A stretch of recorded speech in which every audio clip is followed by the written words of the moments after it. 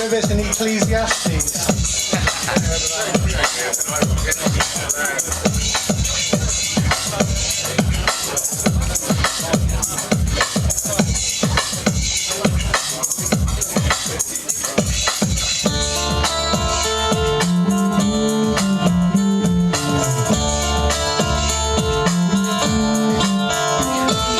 I went up to my cabin. I could hear the ocean below banging against the rocks. As usual, I stumbled over the motorcycle that was beside my bed.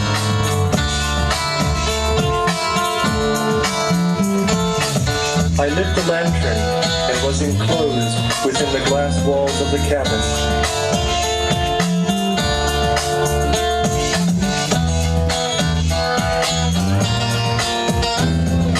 I was, of course, reading Ecclesiastes at night in a very old Bible that had heavy pages. At first I read it over and over again every night, and then I read it once every night. And now I was just looking at the punctuation marks.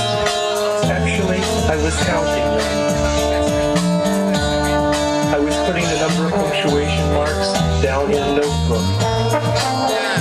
I call the notebook the punctuation marks in Ecclesiastes. I was doing it as a kind of study in engineering. Certainly before they build a ship, they know how many rivets it takes to hold the ship together and the various sizes of the rivets. I was curious about the number of rivets and the sizes of those rivets in Ecclesiastes, a dark and beautiful ship sailing on our waters.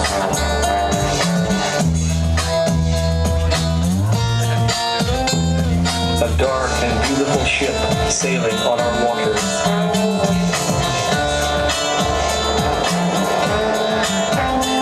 A dark and beautiful ship sailing on our waters.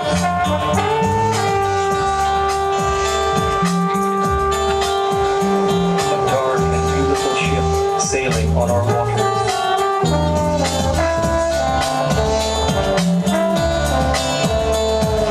I counted the punctuation marks in Ecclesiastes very carefully so as not to make a mistake, and then I blew the lantern out.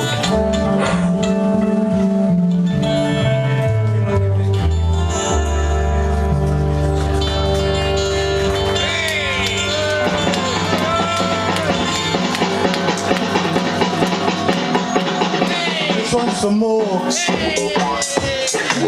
Roll up, roll up.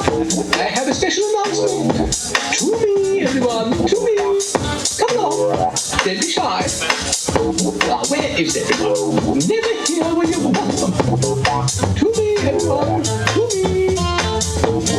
Yeah.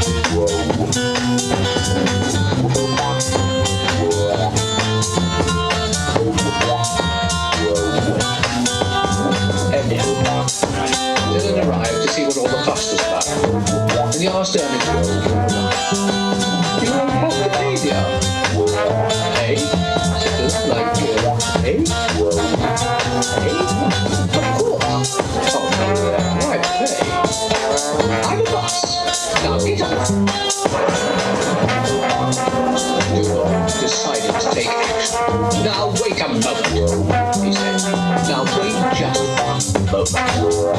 What's all this about being a bus?" "Oh, are you a bus?" said one. "What's your number?" "Oh, 12, said another.